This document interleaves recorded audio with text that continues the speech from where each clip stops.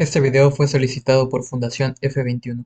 Como dije en videos anteriores, el tema de objetos es probablemente el más importante de todos, y eso es porque en Python todo lo que no es sintaxis es un objeto, básicamente. Previamente dije que los objetos son información que está guardada en memoria, y eso es verdad, pero una definición más práctica sería que los objetos son un conjunto de variables y funciones. Así que permítanme escribir rápidamente una clase para ilustrar eso que dije. Dentro de la clase también podemos usar la palabra pass por si no queremos terminar de escribir el cuerpo de esta clase en este momento. Pero en este caso vamos a llenarla con algunas variables, tal vez dos variables.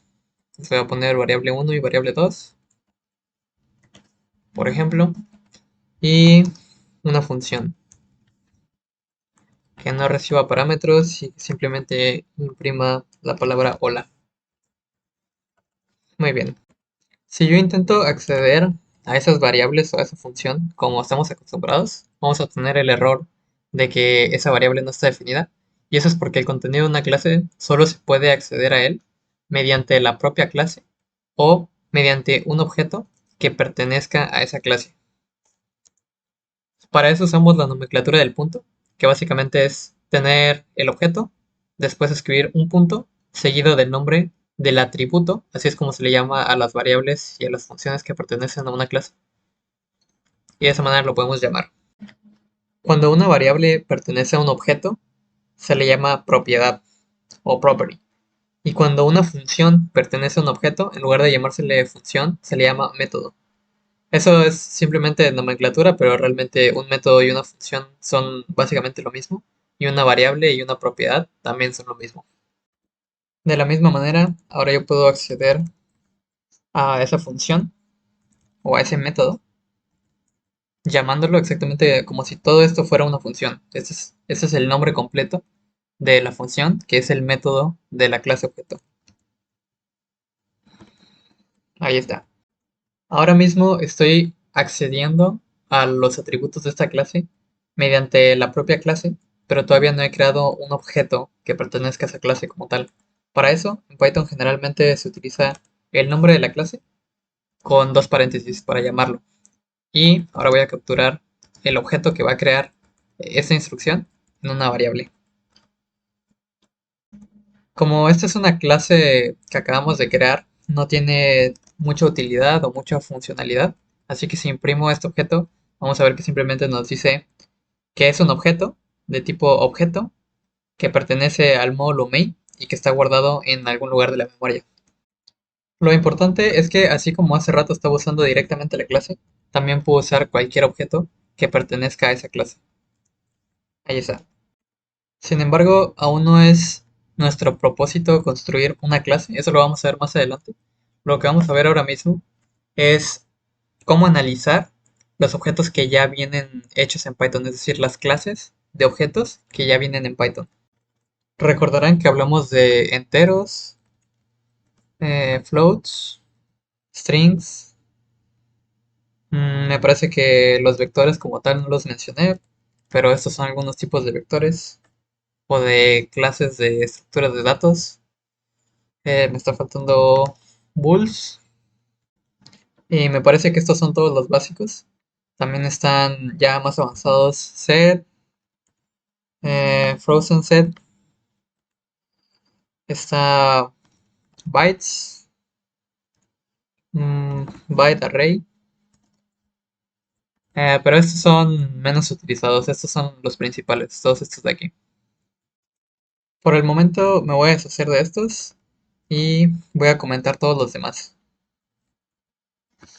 Ahora voy a crear aquí un número entero, pero lo voy a hacer de una manera diferente. Como les dije, generalmente en Python para crear un objeto se toma el nombre de la clase y se la llama como si fuese una función. Y si yo imprimo esta variable a, vamos a ver que es un cero, porque estamos creando un objeto de tipo entero. La razón por la que los tipos básicos de Python no se crean así es porque cada uno tiene eh, como una especie de sintaxis, digamos, especial que nos permite crearlos sin necesidad de llamar a la clase. Entonces un número entero, pues simplemente escribiríamos el número entero. Un número float, pues simplemente lo escribiríamos con un punto para denotar que tiene una parte decimal. Las strings se escriben entre comillas, eh, como una F. La lista es un vector que lo denotan los paréntesis cuadrados. Para las tuplas se usan paréntesis redondos. Para los diccionarios se usan brackets. Y los booleanos tienen verdadero y falso. Cuando se crean objetos, siempre es mejor hacerlos de esta manera porque es más rápido. Y voy a intentar explicar por qué es ese el caso. Si yo escribo una variable y la igualo a un valor entero, por ejemplo, como el número 10, esto es más rápido que crear ese valor así, porque la llamada a esta clase no solo crea el objeto, sino que es capaz de convertir el argumento en ese tipo de objeto. Así que si yo uso directamente la clase, esta clase tiene que estar preparada para recibir algo que no necesariamente sea un entero. Así que si yo le paso un número decimal, la clase tiene que notar que esto de aquí no es un número entero, que es un decimal, y lo tiene que convertir a un entero. Es por eso que cuando colocamos un entero o cualquier objeto con esta notación, nos estamos brincando todos esos pasos de revisar si los argumentos corresponden o si hay que hacer alguna conversión. Eso es algo más común con las estructuras de datos, ya que podemos convertir un vector que es una tupla en una lista y viceversa, y cosas así. Algunas de estas clases merecen su propio video, pero por el momento nos vamos a concentrar en ver lo que mencionamos al principio, que es qué propiedades y métodos, es decir, qué atributos tienen estos objetos. Si nosotros no sabemos de memoria eso, siempre podemos acceder a esa información con una función especial que viene en Python que se llama dir, y por argumento va a tomar el objeto o la clase de la que queramos información, por ejemplo, la clase entero, y ahora tenemos que imprimirlo.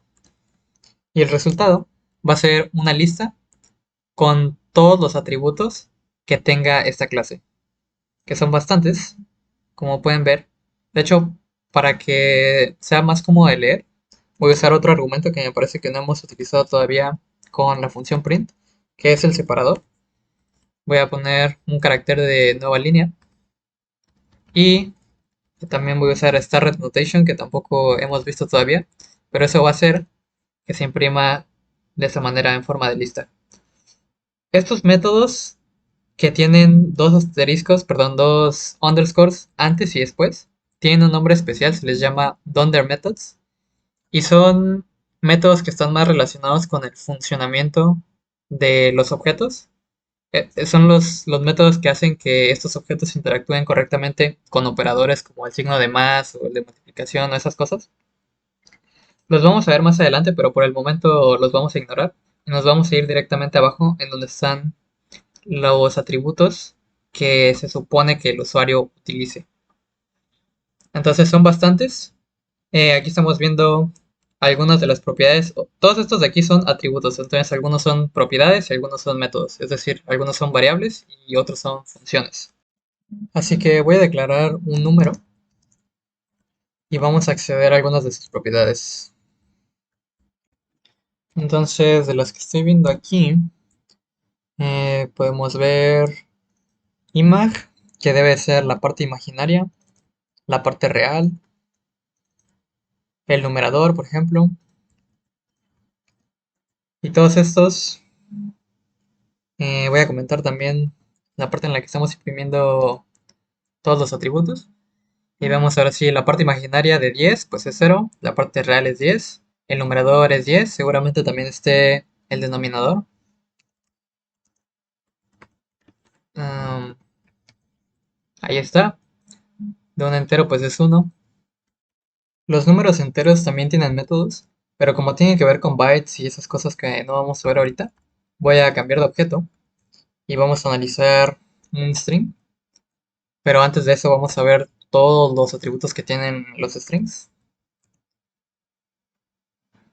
Aquí están. Son muchísimos, la verdad.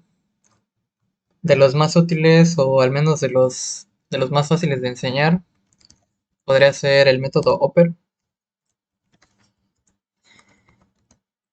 que nos permite, a ver, voy a volver a comentar esto, nos permite poner todas las letras de un string en mayúscula. Si yo pongo aquí todas en mayúscula, también hay un método lower, ups, lower, ahí están todas en minúscula. También están title, que me parece que solo pone la primera en mayúscula. Vamos a ver. Así es, está swap case, que básicamente invierte si son mayúsculas o minúsculas. Aquí yo creo que se va a ver mejor, así. También hay otro muy útil que se llama split. Em, a lo mejor podemos poner aquí @gmail.com y lo vamos a separar en el punto.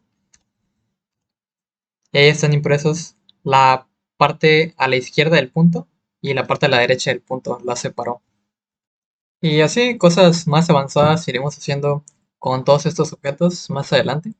Pero por el momento lo importante es que las clases y los objetos tienen atributos a los cuales llamamos propiedades si son variables y métodos si son funciones, que para acceder a ellos utilizamos la nomenclatura del punto y si queremos inspeccionar un objeto o una clase, se la pasamos como argumento a la función dir. Otra función que es bastante útil y que probablemente debí haber mencionado antes es la función help, a la que le podemos pasar prácticamente cualquier cosa y nos va a dar información de ese objeto o de esa función o de ese lo que sea. En este caso es el método oper de la clase string y nos está diciendo que devuelve una copia de ese string convertida a uppercase, es decir, todas mayúsculas. Estas dos herramientas básicamente es lo que tenemos en Python para analizar un objeto que desconocemos, porque claro, todos estos objetos de aquí son de Python nativos, digamos, pero pues es muy común trabajar con objetos que fueron creados por otros desarrolladores. Habiendo dicho eso, ya en los siguientes videos veremos ejemplos más elaborados con todos estos objetos.